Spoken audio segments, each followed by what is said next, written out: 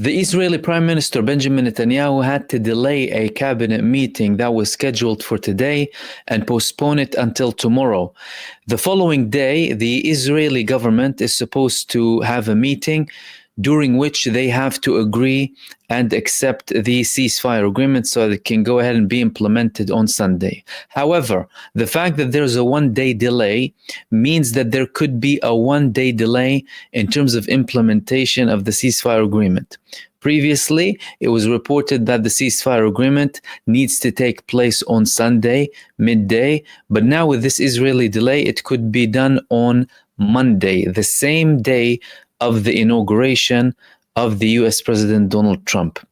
There have been many reasons for these delays. Benjamin Netanyahu is facing problems with Bezalel Smotrich and Itamar Ben-Gvir, his two main allies in the Israeli government, who said that, well, Itamar Ben-Gvir said they will be resigning if a deal is accepted in the government. And Smotrich said he will give him time for the first phase, but if it moves to the second phase, he will then resign from the government. Benjamin Netanyahu tried to shift the blame on Hamas. And he made a statement today during which he said that it's Hamas now changing their mind in the last second, and they're not accepting certain things that were agreed upon before, something that Hamas denied immediately. Clearly, Benjamin Netanyahu, to cover up his own failures and to buy himself some more time, is blaming Hamas. However, other reports coming from the Israeli government members, some ministers in the Israeli government, said that all of the fine lines, all of the details have now been agreed upon and we're ready to go on for a deal. But Benjamin Netanyahu still wants to sort out an agreement potentially with Ben-Gvir, similar to that one that he had with Smotrich. Now, he had several meetings with Smotrich before. Following those meetings, there was no agreement. But when it comes to Itamar Ben-Gvir, clearly nothing worked, and he is now threatening to resign completely from the government if they accept it on Saturday. That is, if the Israeli government approves the ceasefire. Why is Ben-Gvir looking to resign from the government, and what will happen, and how is that related to Smotrich's threat of resigning if phase 2 gets into effect? Well, he had what he called a significant statement, he said. Before that statement, a man called Natan Eshel, who is a very close aide to Benjamin Netanyahu, said that Itamar Ben-Gvir will be resigning. His office, Ben-Gvir's office, denied that. However, he later on had that statement and said that we will be resigning, confirming those reports. Ben-Gvir said that this deal that is being formed is a reckless deal. It includes the release of hundreds of murderous terrorists, according to him, the return of thousands of terrorists to the northern Gaza Strip, a withdrawal from the Philadelphia Axis and the cessation of fighting, and thus the deal will effectively erase the achievements of the war. Not only that, it does not lead to the release of all of the hostages.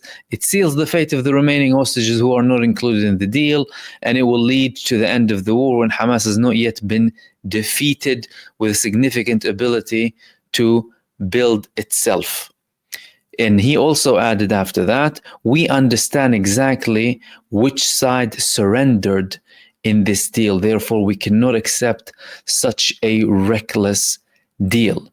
So he's planning to resign if the government is approving the ceasefire deal. But he also added later on, we will not overthrow Netanyahu and we will not act together with the left and its goals against the government. But we will not be able to, as in his party, be part of a government that approves a deal that constitutes a huge prize for Hamas and which could bring upon us the disaster of the next 7th of October, and we will resign from it. Following those threats coming from Itamar Ben-Gvir, Benjamin Netanyahu received further messages. He received messages from primarily the opposition leader Yair Lapid, who told him, despite all of the agreements, we can put everything aside. What's most important now is to get these people back home. We will give you the safety net that you need. However, clearly, Benjamin Netanyahu, for some reason, is not fully either trusting what Yair Lapid is telling him, or that he would prefer to buy himself some time to get the approval or try and get some sort of a deal with Ben-Gvir and Smotrich for them to accept the ceasefire, something that is not looking very possible. Smotrich might have given him the first phase. However, during the first phase, Israel would have to confirm that they agree on the second phase, and following that, the complete ending of the war, so that they can release all of their prisoners of war, including confirmation to end the war completely. And there's talks about the rebuilding of Gaza and the day after Gaza too, something that Israel already confirmed Hamas can be a part of already. They're portraying that as a big possibility. There's a big chance that Hamas will remain there in Israeli reports. Where is that leading us to? Well, this is leading us to tensions inside of Israel. Firstly, the people who are the family members of the Israeli prisoners of war in Gaza are saying it's not Hamas. They responded to Benjamin Netanyahu's early statement blaming Hamas for this delay. They said it's not Hamas or Ben-Gvir who are jeopardizing this deal. It is Benjamin Netanyahu. Because despite the fact that everything is prepared now in Israel to accept the prisoners of war coming from Gaza, all the vibes are ready, all of the media is talking about it, government ministries are ready, hospitals have been asked to prepare, the military, the intelligence, the delegations of Israel are in Egypt already to discuss the implementation, the routes that are going to be taken, certain things that are going to be confirmed when it comes to the release and the implementation of the ceasefire agreement. Yet Benjamin Netanyahu is still dragging now. Clearly, the Trump administration, they put him in a very tough position. Benjamin Netanyahu, judging by how he's behaving now, did not want a ceasefire whatsoever. And now he is trying to make something work with the continuation of the government in its current form, something that is not looking possible. So it will not be possible to continue with this proper government that Benjamin Netanyahu has, unless the main allies in this government, Bezalel Smotrich and Itamar Ben-Gvir, change their minds and later on justify the acceptance of the ceasefire, somehow sell it to their base, although their whole narrative for the past 15 months is that we need to continue and always, and we're going to remain, and we are even going to settle and start building houses in Gaza on top of the bodies of the Palestinian children and women massacred in this genocide. How are they going to change so quickly? Whether they change or not, they're already losing mandates. They are already losing in the polls. So there's a lot of calculation to be made there by these two people. When it comes to Ben-Gvir, the man has this populist approach and he babbles too much, and he's a political idiot at the end of the day, only making statements that don't make sense whatsoever. Similarly with the Smotrich, although when it comes to Smotrich, he has a little bit of a different approach. The only thing in combination with them is that they are both ultra-hyper fascists, the most radical of the radical inside of Israel, and they represent that segment inside of the Israeli society. So Benjamin Netanyahu will have to make a decision. There's already pressure now from the United States administration. They are infuriated with the fact that Benjamin Netanyahu even had a one-day delay, because clearly Donald Trump gave them an ultimatum. It needs to be done before his inauguration. He could perhaps be pleased with the fact that something might happen with his inauguration, it getting into effect. But not only that, when it comes to Benjamin Netanyahu and the tensions inside of Israel, there is also one other big problem.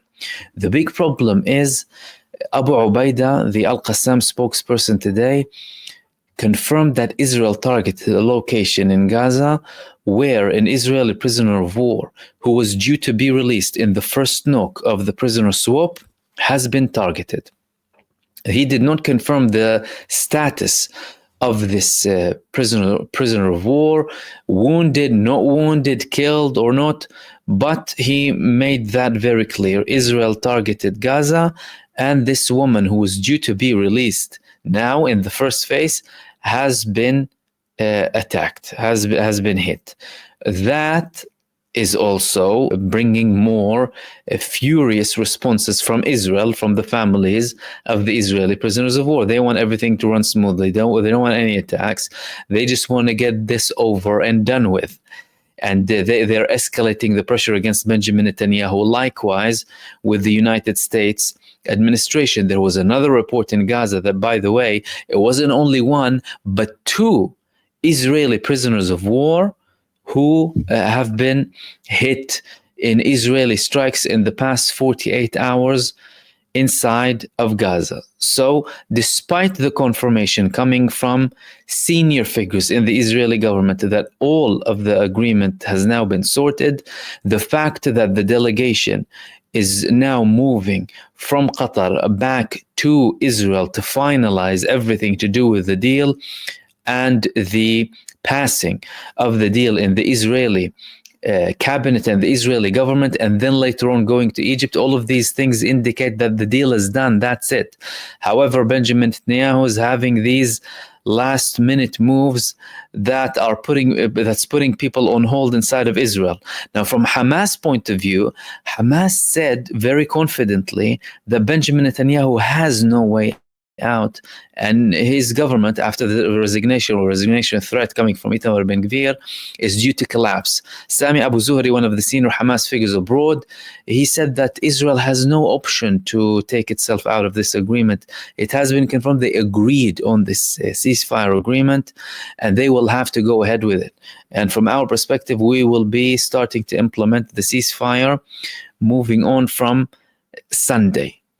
So that's saying that there are some sort of agreements there, or Israel had already written confirmations, not only in front of the Palestinian side, but in front of their main backer, the United States of America, and the Egyptians and the Qataris. And Abu Zuhri, in a statement, he said that we ask the Trump administration to now do their bit when it comes to Netanyahu, hinting that there's some sort of an understanding there, clear understanding, and apply pressure on Benjamin Netanyahu to just make things go smoothly without any sort of delay, because they already confirmed that they're going to go ahead with the ceasefire. Now, when it comes to the last minute talks in Qatar, they were very intense.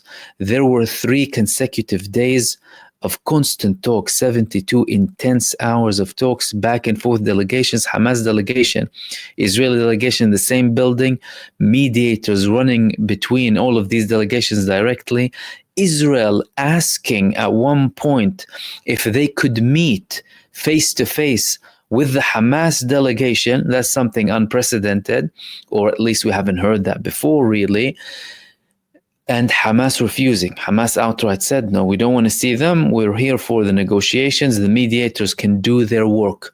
They did not want to see the Israeli delegation. However, the Israelis had more work to do following that, clearly about things to do with the names of prisoners. The talks that are being reported about this delay are mentioning some names of Palestinian prisoners who are due to be released, and that Israel wants to have a veto on. Clearly, there are Palestinian prisoners with very heavy sentences that are due to be released. Israeli media is already talking about them. Senior figures in the military wing of Hamas, including very popular figures in Palestinian politics, trying to again prepare the public opinion for people to accept the fact that they might be released, and even preparing that some Israelis might try and take the government to court, the Israel Supreme Court, to call not to release these people. And some argue that the Israeli government is going to do this on Saturday evening to have an even further delay when it comes to anyone wanting to try and challenge the Israeli government, even though similar things before haven't really succeeded when the government has a certain deal that's to do with releasing Israelis. Any attempt to go against the government, although it will be criticized by some in Israel, would not be successful. So very intense moments at the moment when it comes to the ceasefire and the talks. However, things will become clearer within hours, basically, and the next 24 hours as well, especially after the cabinet meeting that's expected by the Israeli war cabinet, following that on Saturday with the Israeli government.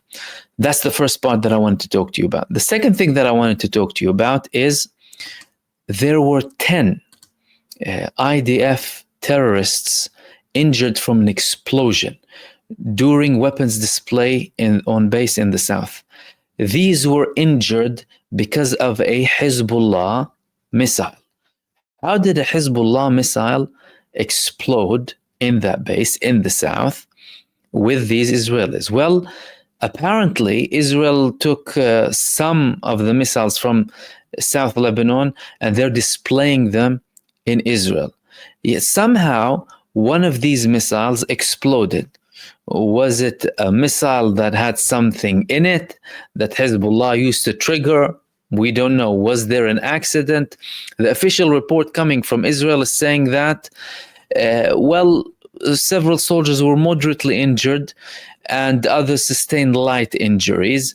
And this was an accident. The reports are saying that this was an accident when it comes to what happened. It's under investigation, they said specifically, but they're trying to portray it as an accident. But the fact that they're saying it's under investigation, by the way, could hint that it could have potentially been a Hezbollah missile, that Hezbollah had the power to explode from a very far distance. However, again, Israel did not confirm that.